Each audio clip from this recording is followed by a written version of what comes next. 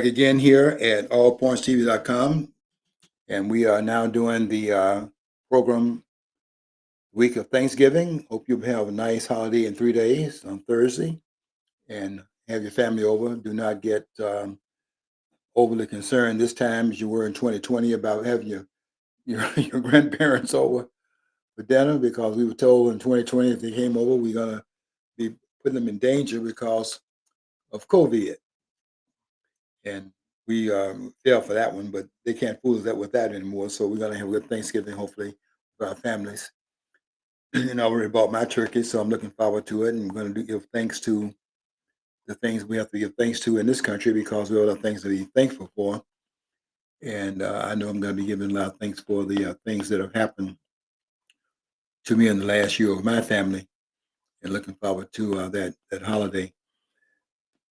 I came to the studio today to talk about a couple of things politically that are taking place in the country, and I wanted to start out with a comment made by Glenn Beck. I think Glenn Beck made a comment that was really shocking it had to be shocking to most persons in the country, because Beck was saying that we're already in World War III, and it may have been shocking to a lot of people, but Glenn Beck, he's kind of, he's a provocative thinker, out of the box thinker. But I wrote my post today about the same thing, and that is that we are in the midst of World War III, but we don't think of it in those terms, because we think of war has a resemblance what we saw in World War One, the war that went off 1914, 1918, and then World War II, 1939, 1945, and we think war in those terms. But this World War is different, and it is not going to be steel against steel as it was in those two wars. This war is an ideological war that's being fought, and because we don't really recognize it as such, we don't even realize we're behind the eight ball and how this war is being fought, and that's why there's so little resistance to it, as it was with as we saw in New York, for example. Persons should have been really quite frightened by what was going on in New York, because what they did is turn the financial capital of the country, and really the financial capital of the world, over to a Muslim uh, jihadist. Really, this man's if this man is not a member of the Muslim Brotherhood, I'd be very surprised, because he sounds like it. And you have to listen to them behind the mask, because the way they sound in public, you have to listen very carefully, because the undertones are very different than what you're hearing in the outer, in that which is out in the public. Behind the scenes, there's something else that's going on. And when you start talking about things like you're a democratic socialist, which I don't even know I don't think anybody can define what that is. How can you be a democratic socialist when socialism is not democratic? Socialism is government control. And so I don't know how you're going to claim that the voice of the people can be heard under that arrangement, socialism and so on. Where is it? Where I guess looking, you could, one example of it now in Venezuela and so on. Look what's happening there. Do the people have a voice? Is there a democratic voice being heard in Venezuela? That's where Maduro is located. Look in. They keep talking about how there's a Democrat voice in Ukraine. You think Zelensky is representative of that in Ukraine? This idea that you're going to be a democratic socialist. Well, you're going to get a wake up call, because Glenn Beck made a comment about this is we are in the very beginning point of World War III. He's not talking about the shooting part of a war. He's talking about they're using other strategies to win: the visa, immigration, and the birth canal. And you look at those three things, those are the weapons right now. Not the bazookas, It does not mean you're not using some arms in the fray, but you are not going to be using those as your major weapons, where you have these major weapons being brought in on both sides, and both sides are using steel against steel, because that war is too deadly for both sides to engage in. Neither side comes out with anything standing. This war is being fought through the birth canal, through immigration, through dividing the country up, and so on and so forth, keeping people divided and confused.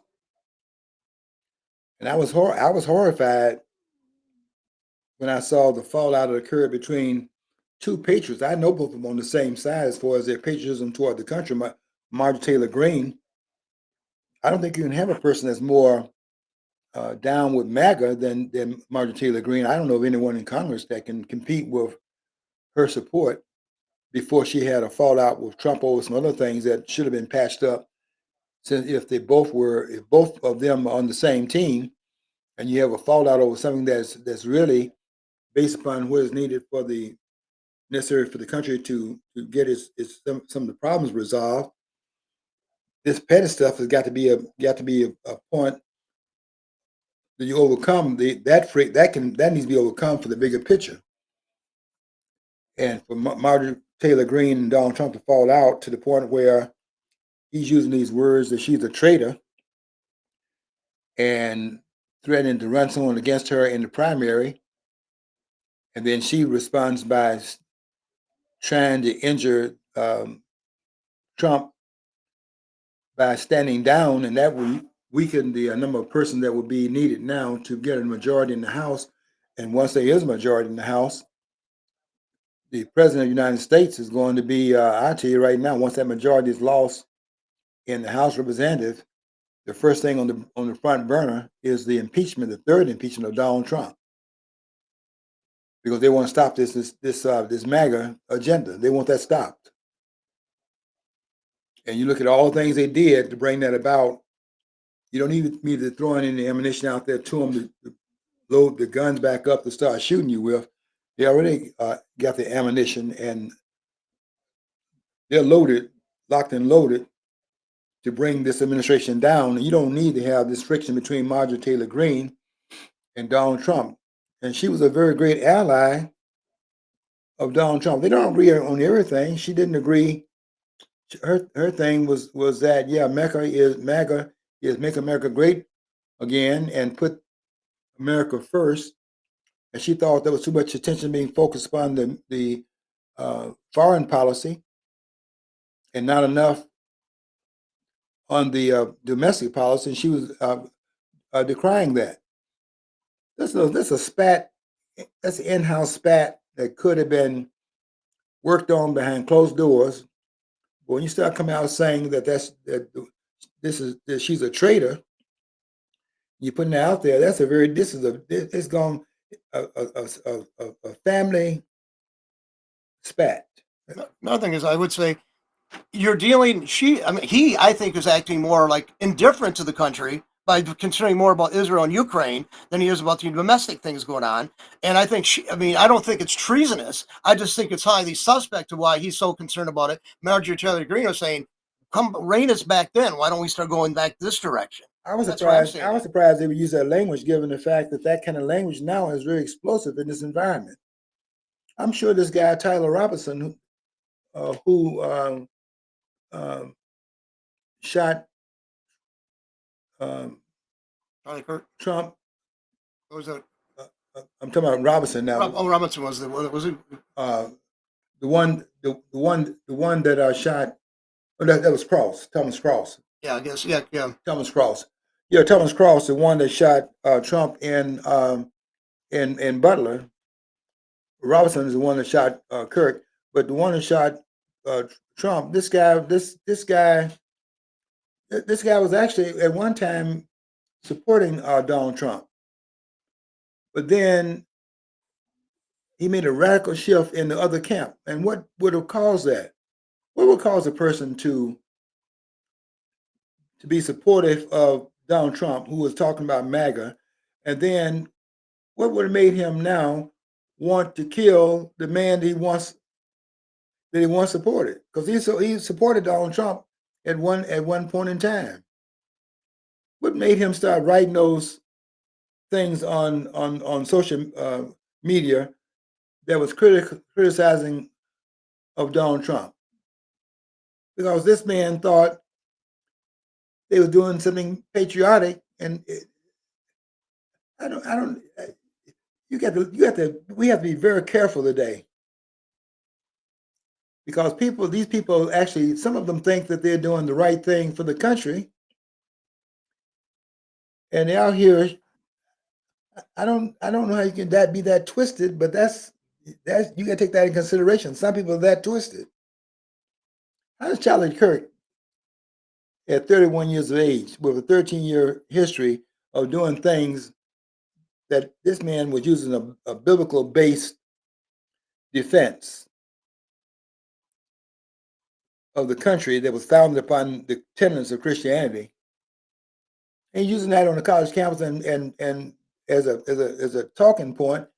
And how does the man get killed after 13 years of doing that work and just having a conversation on the college campus? Who is he threatening that way? Well, this guy, Thomas Crooks, went up there and took this man's life.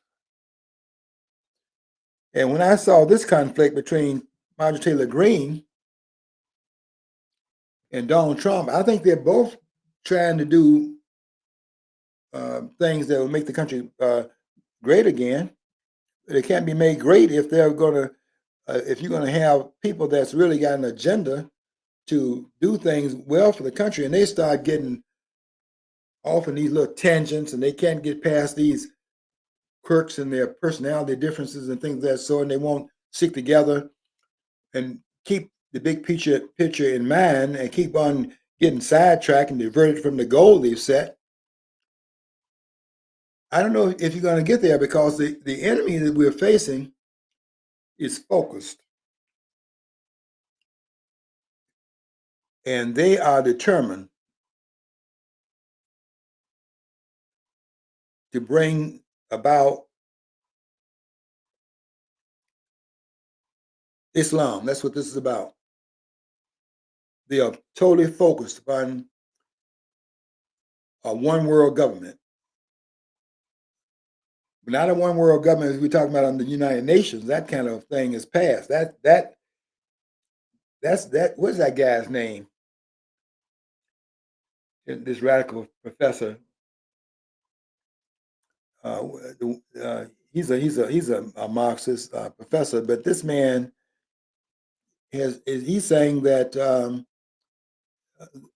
these empires that have fallen, all those empires that fell, Rome. Look at the Peloponnesian War, the Greek Empire, the Persian Empire. Look at these empires that fell.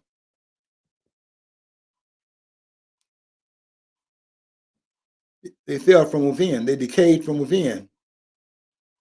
And that's the strategy that I see being used. That's what Glenn Beck is talking about when he said World War III has started. It has already started.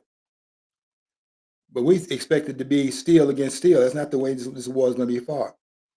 They're waging a war through the birth canal, a war being waged through immigration, through citizenship, running for office, gaining power inside the country.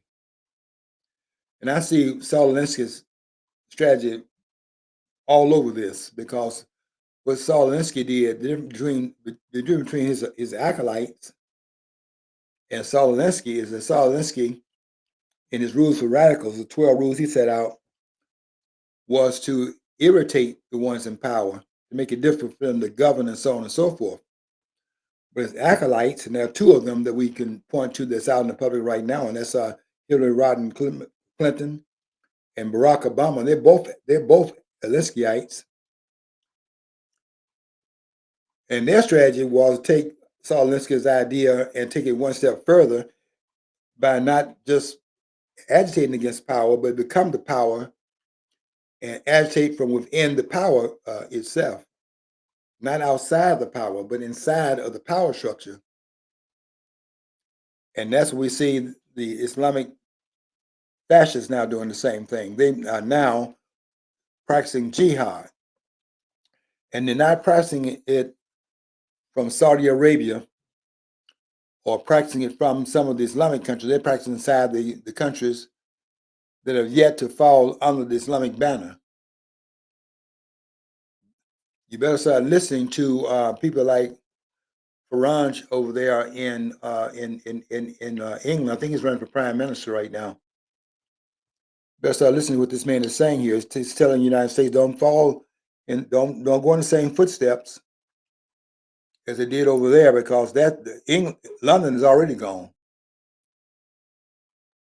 I was there. I went through London in 2009, and I've been reading about it. It would be unrecognizable right now, because what they're doing is putting mosques up. And if you go down to just another, listen, hour drive from where we are here in Flint, and go to down to Dearborn, you'll hear 5 times a day at certain quantifiable times of the day, where they are in Dearborn calling everybody, whether you're Muslim or not, they're calling you to prayer.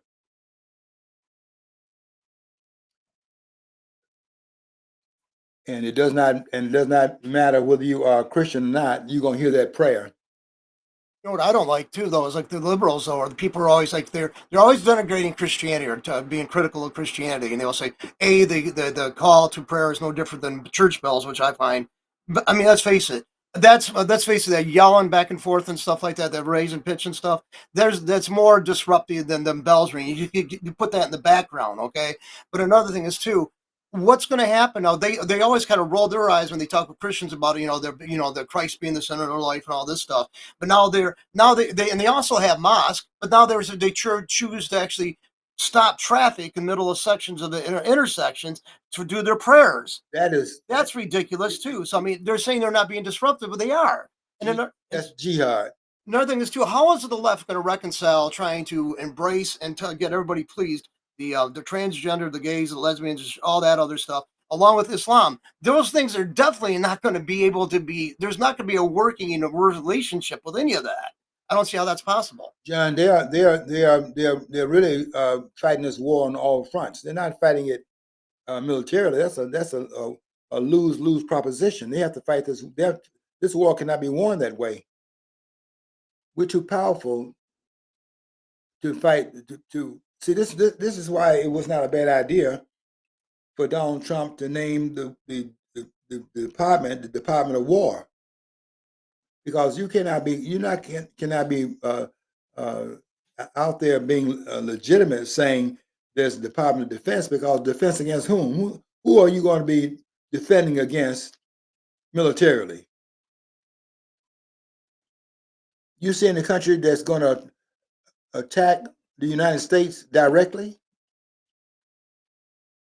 911 was using planes from within the country. Each person was inside the United States, and they were using the United States planes to attack the United States with. You fly a plane from a base somewhere outside the United States and attack this country, and you got a sitting government. They're not going to do that. That's not how this war is going to be fought. And that's not what Glenn Beck is talking about. Glenn Beck is talking about the kind of war that we are seeing being fought. We are in, and he is right, we're in World War III right now. But we don't understand the war being fought as World War III, because we expect the steel being going against other steel on both sides of the war, and tanks rolling somewhere, and we see planes flying overhead and bombs being dropped and things like that. Yeah, you see that going on, but you don't see it going on between the combatants, both of whom are well armed.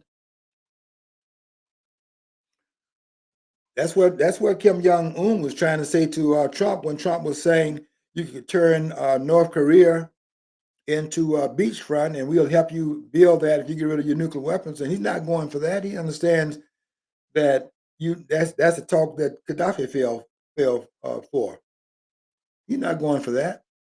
because then he's exposed not only to his Western enemies, but he's also exposed his own country, because by him having that military arsenal, it gives him a certain amount of credence with his own people in North Korea, and a certain standing among those generals in North Korea.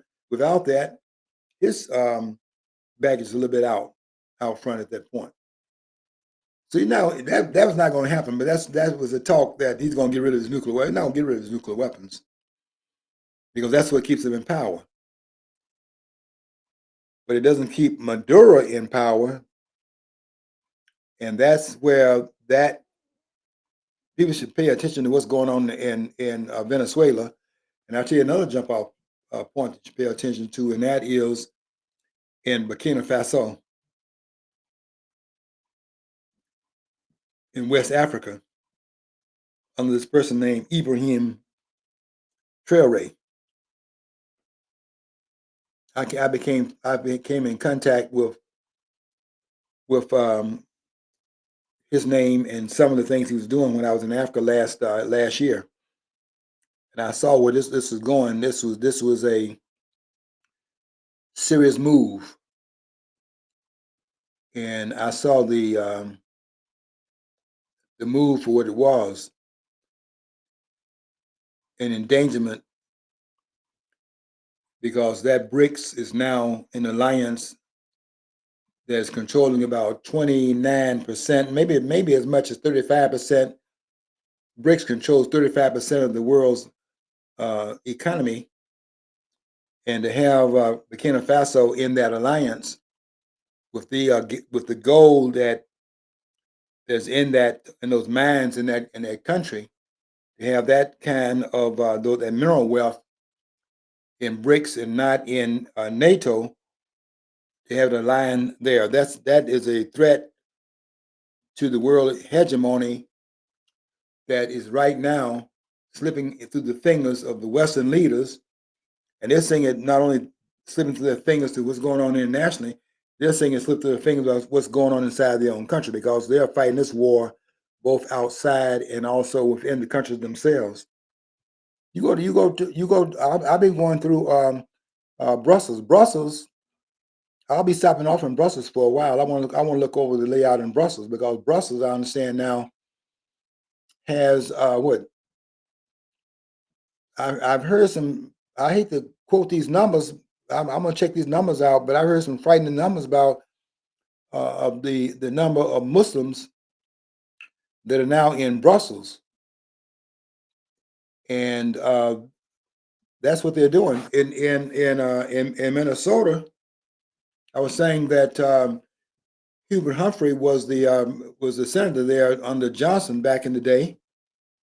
I wonder if he came back, he made his transition and so on. But if he came back, would he have a chance of being elected in Minnesota today? I'm talking about Hubert Humphrey, the one who's always talking about how pleased as punch as he was. This man was always so enthusiastic. He really wanted to be president, and he thought he was going to be using that as a launching pad to become president after Johnson.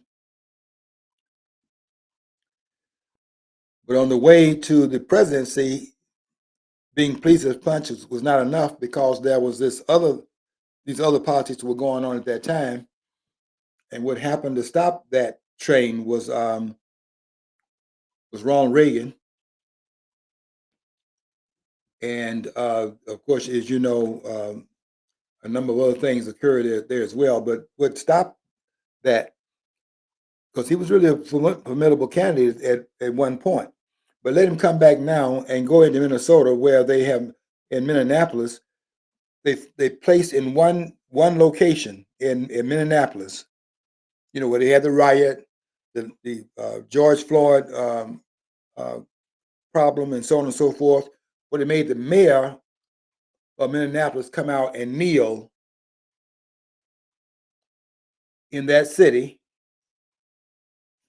Came out there and joined the riots. I don't mean he's out there rioting. He's out there joining them, and they were telling him to kneel. Otherwise, they're going to burn his city down. They burn it down anyway. Burn the police precinct down. But they put 80,000 Somali immigrants in Minneapolis, and that's a stronghold from which Ilhan Omar is running. And they have those strongholds in many different capitals in these Western countries.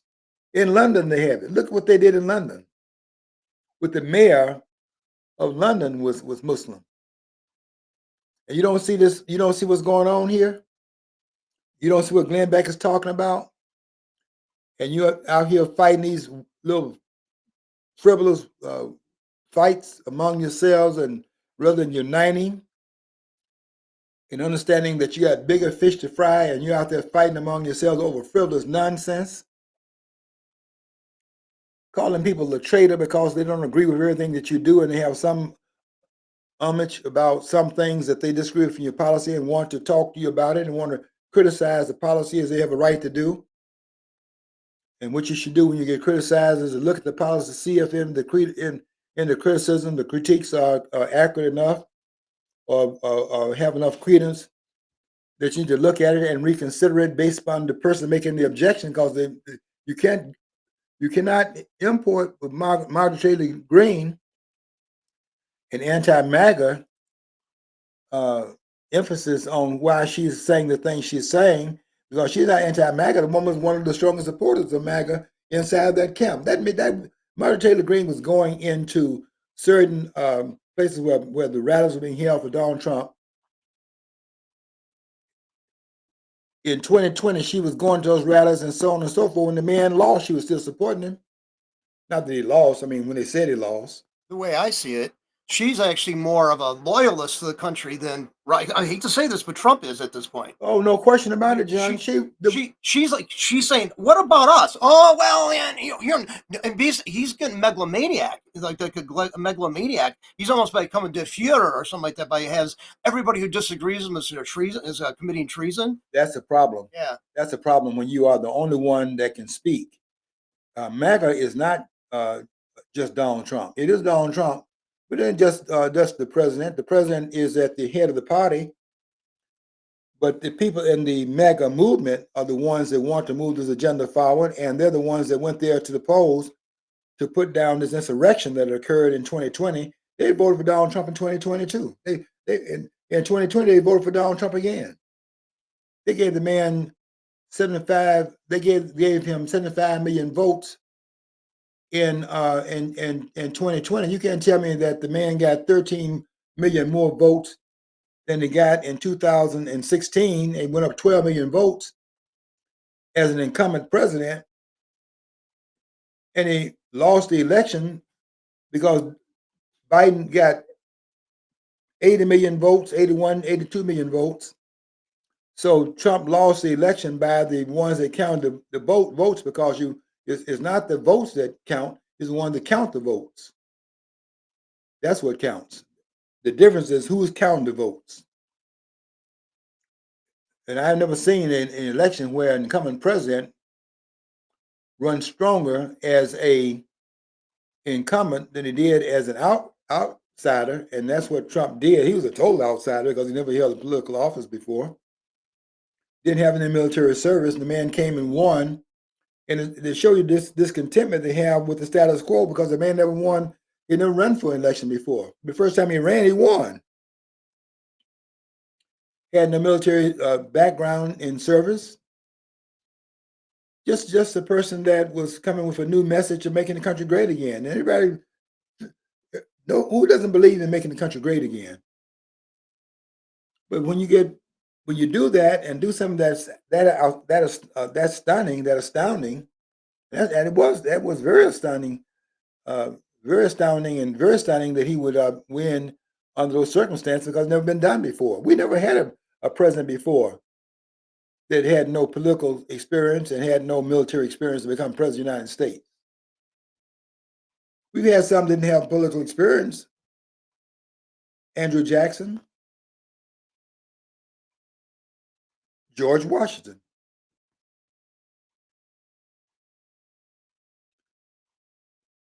but didn't have any political experience, and then didn't have any military experience.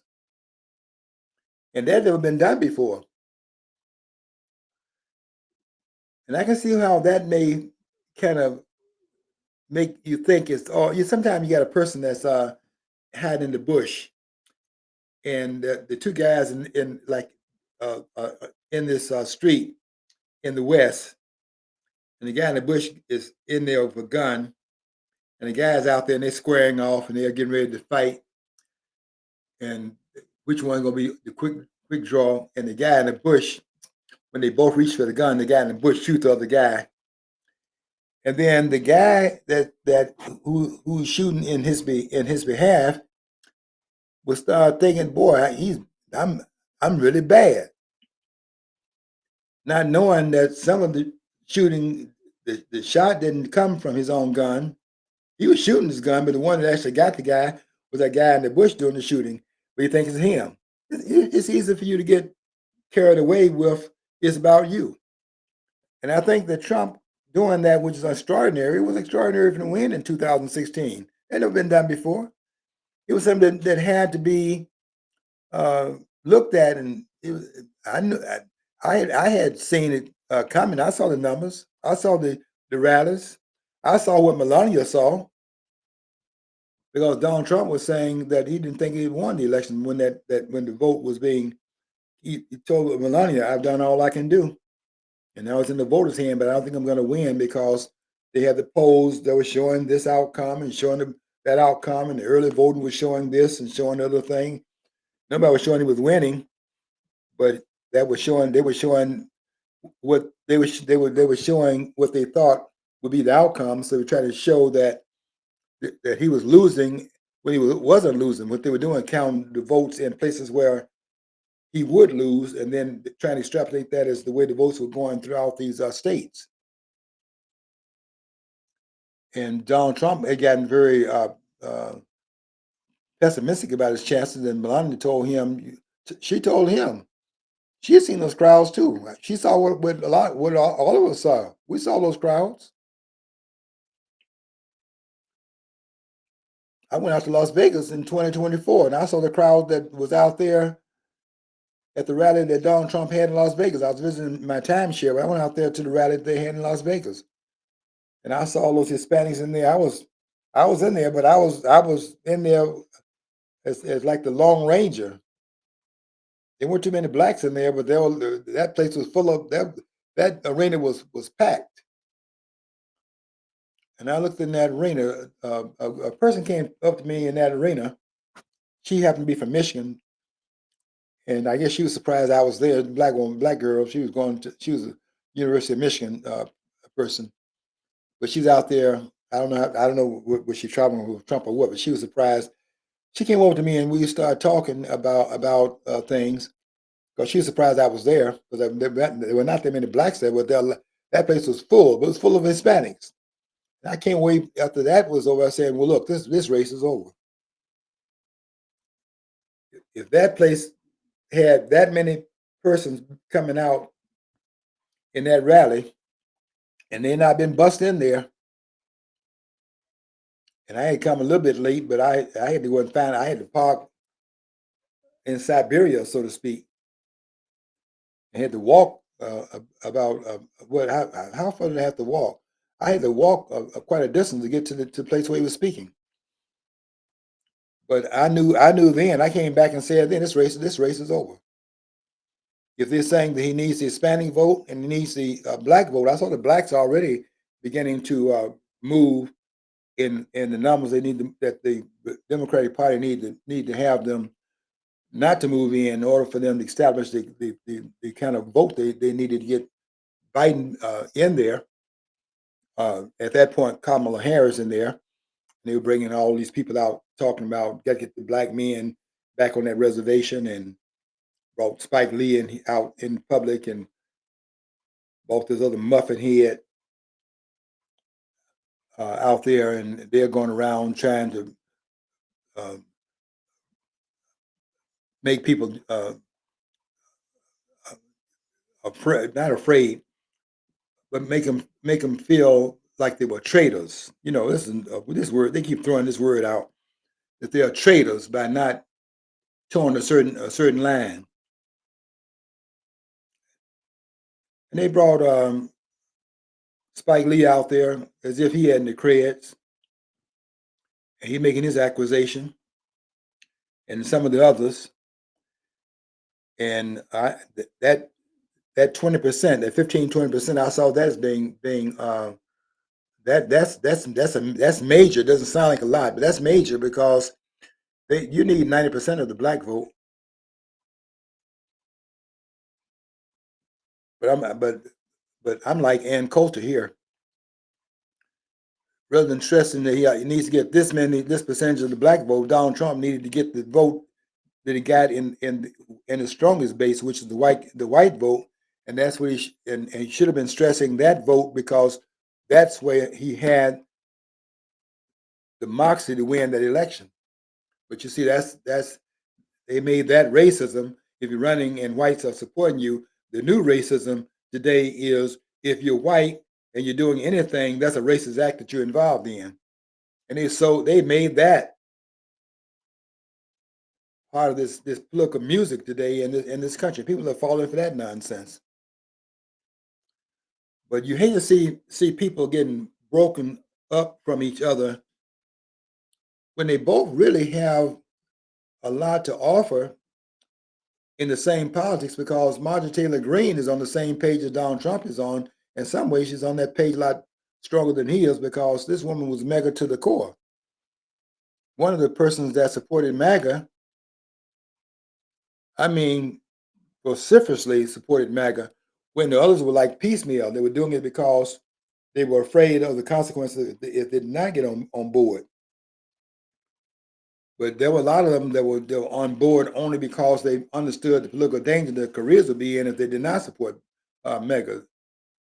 They're not supporting MAGA all that tough right now, to be honest with you. And you saw how quickly when they thought Donald Trump had been wounded after 2020. You saw how many of them jumped off ship and were challenging him in the primary. I'm talking about the governor, and look in Florida, the governor of Florida. Look at his phone, a UN ambassador. Look at Mike Pompeo. Look at these persons coming out and challenging Donald Trump. They thought he had been wounded before they had to get ducked back in the alley. That's a little bit of Little Richard here.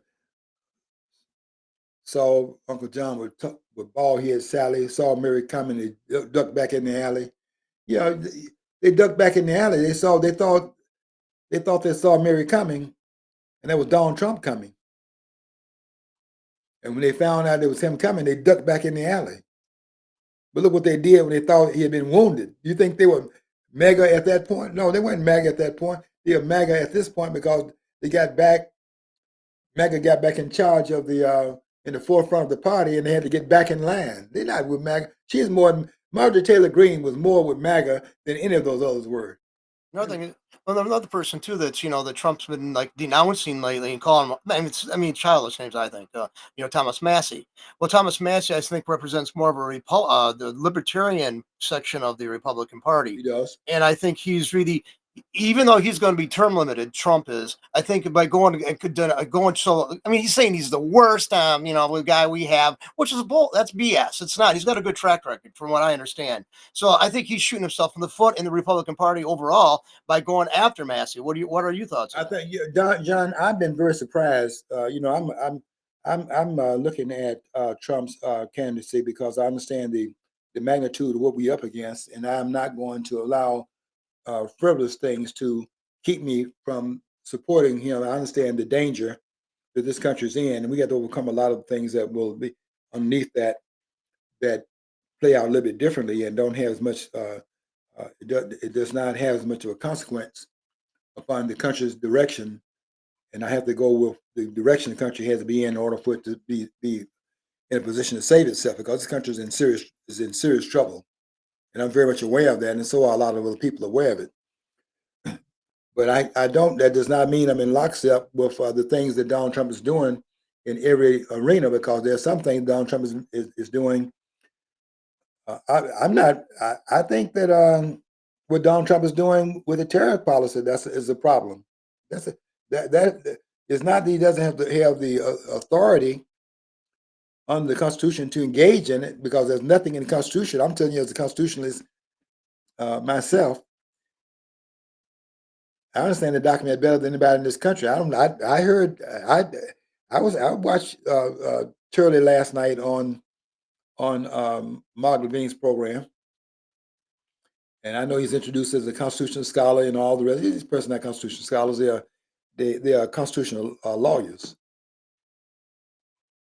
That's the difference. You can go in there and you can go in there and argue a court case, but they're not arguing. But they do not talk about the Constitution itself. They don't make any comments about the Constitution. And Turley did a good job last night in what he was talking about. He didn't talk about the Constitution, though. They don't tell you about what the document says. And they can't keep out of their mouth what the court is saying. That's what gives them away, because no person's a constitutional scholar will then elevate the Supreme Court up above the document when the framers downside the word supreme in the document. If you go look at the document carefully and read it, I think there's 6 times it mentions the word Supreme Court in the document. If you notice it, in each one of the times they mention it, they downsize the word supreme. They've capitalized court, but the supreme part of it, where you got Supreme Court, they downsize the S and elevate court. They're stressing court and downsizing supreme. Why? Because it's not supposed to be the Supreme Court in the way it's being used right now, where the president's supposed to be taking orders. Give me a break. Where the president's supposed to be taking orders from the judges that the president actually appoints to the court, and they take the order from the people that he placed on the court. But what strikes me the most is in the lower courts. I mean, it isn't the Supreme Court ruling or stopping or trying to stop Trump's actions. It's lower courts. I mean, people are like basically remotely judges, if you want to call it that. Yes, John. That's what makes it so obscene, that the president can't be ordered by the separation of powers would forbid that. You can't order the president of the United States, who is the commander in chief and is the total branch of the second department of the government. The executive branch is the president of the United States. Which one of the members of the Congress can claim that they are singularly that branch?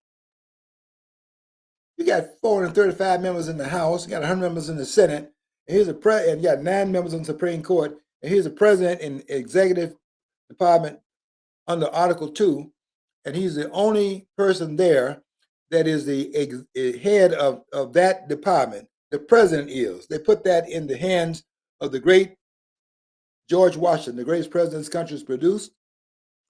And they did it because he was president at that time. And also he was at the convention as the president of the Convention of States. They put when George Washington, he was not a delegate at the convention. He was there. They wanted him to come and they wanted Washington to come. Alexander Hamilton wanted to come. They wanted to come because they had to put some respect on their convention. They didn't have any respect on their convention. But George Washington came to it, and they made him president of the convention, and they put respect on it by his presence. That made it a much more respectable gathering. Because if they had gone there and did what I don't want to get off my subject, but if they had gone there and did what they did was would not have been acceptable at all. But George Washington was there, and because of the confidence they had in him, then they were ready to certify the results. But the results, I'm the only one. I'm the first person that said this, but the results they certified were not the results that they sent them there to procure from May 25th, 1787 to September 17th of 1787. They didn't go there to do that, but they did. But George Washington was the president of that, and they had so much confidence in George Washington, who had proven himself because George Washington had disavowed power in 1783 when he stepped down from his generalship, when he could have ridden in there as a conquering soldier and taken over the power with his army being in place, and George Washington stood down. And also, this is another thing we don't talk about with George Washington. You know, we're talking about you saw these 6 members of the Congress. These persons were involved, were committing. This was treason. This was treason. We're telling the military, you don't have to comply with an illegal action of the president without talking about what the illegal action was. Let me tell you something about that a little bit more than what they've said on, some of them have said on the air.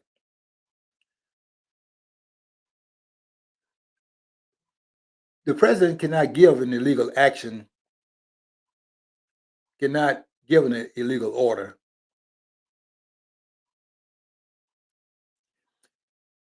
Now, I know you're not going to fight me on that one, but the president is made under the Constitution. In Article 2, the president is made the commander-in-chief. Any order the president gives is a legal order. Now, if he goes outside the Constitution and the order is outside the order of the Constitution, that is an unconstitutional order, and that's impeachment and removal. You're found guilty in the Senate. But it's impossible for the president to give an illegal order in his role as commander-in-chief. I know you scholars are not going to agree with me on this. You're not going to disagree with me with this in public. The president cannot give an illegal order. They're trying to act like, well, the president's throwing his surrogates under the bus because, yeah, he has immunity. But when he's no longer there, then the rest of them are exposed and so on and so forth. And he's setting them up for jeopardy once he leaves and so on and so forth. Well, they're acting under the auspices of the President of the United States. And if the President of the United States is not brought to heel under the terms of Article 1, Section 2, Clause 5, and Article 1, Section 3, Clause 6, if he's not brought to heel on the terms of the Constitution, then them following the order of the President of the United States as a member of the executive branch of government, that becomes unactionable once the President leaves his office and they took no action against him and so on and so forth. I'm sorry, but you cannot do that. Now, you can do a lot of things in terms of what was done under those renegades during the Biden administration for this reason. You cannot, as Merrick Garland did, this man went and put people in jail for exercising their First Amendment rights on January the 6th.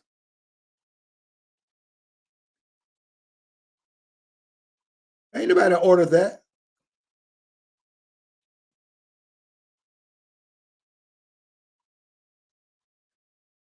Was there some order that was out there that Merrick Garland was acting on? No, Merrick Garland was out there acting above his pay grade as the Attorney General of the United States and placed people in jeopardy and put them in jail. Put people in jail for exercising the First Amendment of the United States of America.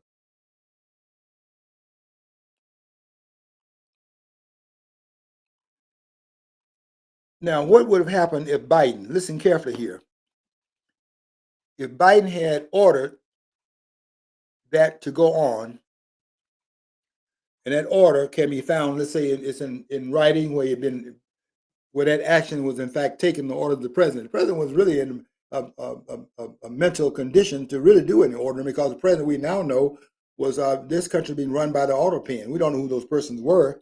We need to find out who those persons were, because they were acting in the capacity of the president of the United States, and he had no right to do any of the actions that were done, because you can't act in the name of the president on official business. The president has to act in his own name. Isn't that true? You scholars agree with that? All those actions are unconstitutional. And any actions taken by the order pen, let's say Merrick Garland was acting under the order pen. He didn't have any cover. There's no cover here, because Biden was in no mental condition. The man was really, everybody saw it. You don't tell me that you didn't see it, because I know you saw it. Everybody, you couldn't help but see it. The man shaking hands with the air, couldn't get off stage. Once he got on, didn't know which way to get off the stage.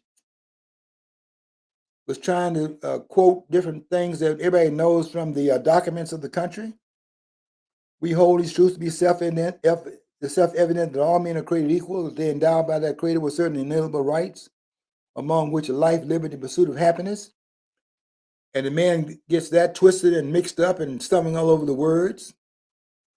And then he says, "Oh, you know," because he didn't know himself.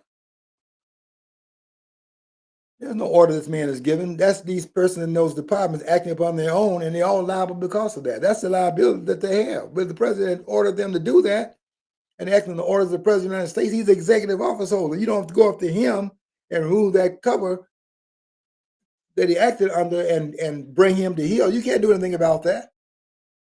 Do scholars agree with that? I'm not talking about this Millie Mouse stuff where you all talk about they are constitutional scholars and then you get away from talking the Constitution. Does the Constitution allow that? And the answer is no. Because if you got to go through Article 1, Section 3, Clause 7 to bring that result about.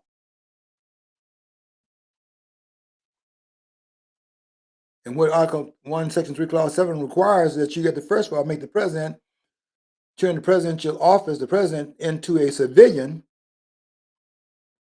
and make his direction then civilian direction, not the direction of the President of the United States. That's what Article 1, Section 3, Clause 7 does. Do you guys agree with that? I suggest you go read it.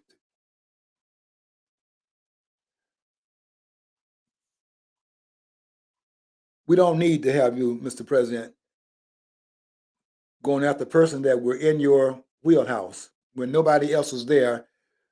Your UN ambassador, yeah, she was she after you lost, she came out directly to oppose you and apologized for having followed you when she was your UN ambassador,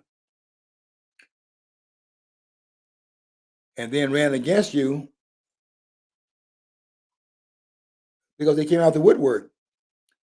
But Marjorie Taylor Greene didn't do that, because she was with you because of her support for MAGA, your strongest supporter.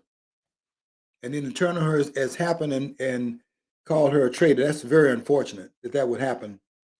But it just shows you how egos get in the way of them doing the greatest thing for the greatest number and the greatest good for the country. We sometimes get sidetracked because our egos get involved.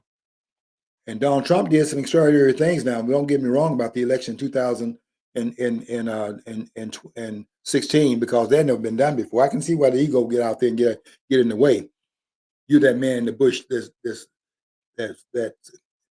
doing the shooting, but that's really the American people shooting, and they put you up to do something extraordinary because they'd had it with all the things that were not extraordinary in the political process. They would have had it with these politicians. We had it up to here with every one of these politicians that are coming out of the Beltway, because we know that these politicians not represent the United States of America, not represent the American people. We don't have any representatives in Washington.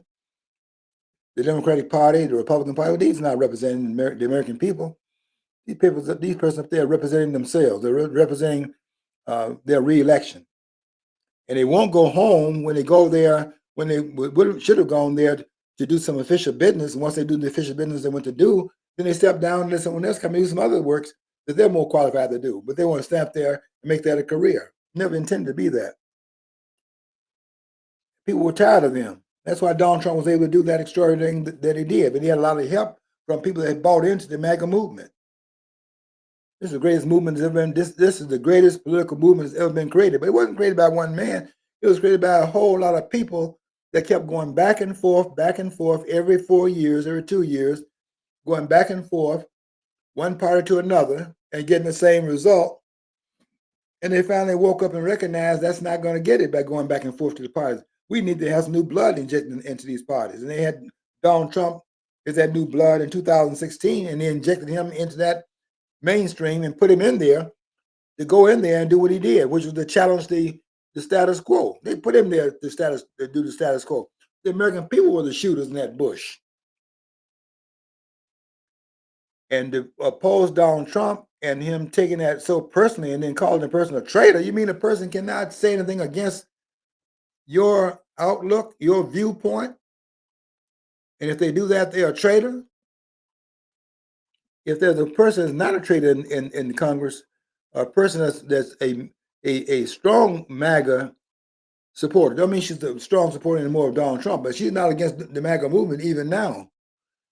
She might not be so strongly in Donald Trump's corner, given what he did. And really, that stands out in my mind as classless, because this woman stood up for him when no one else was doing it. Who else was standing up most strongly for Donald Trump under those circumstances that you can now point to?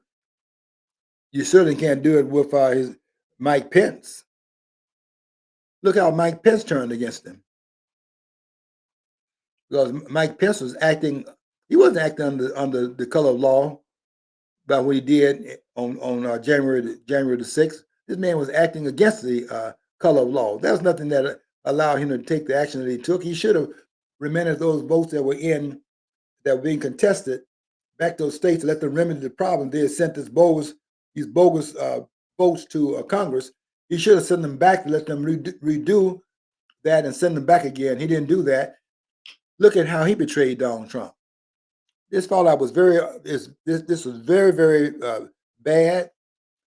It splits up, it breaks the unity up at a time when we need to be more unified, because we have some serious problems ahead of us.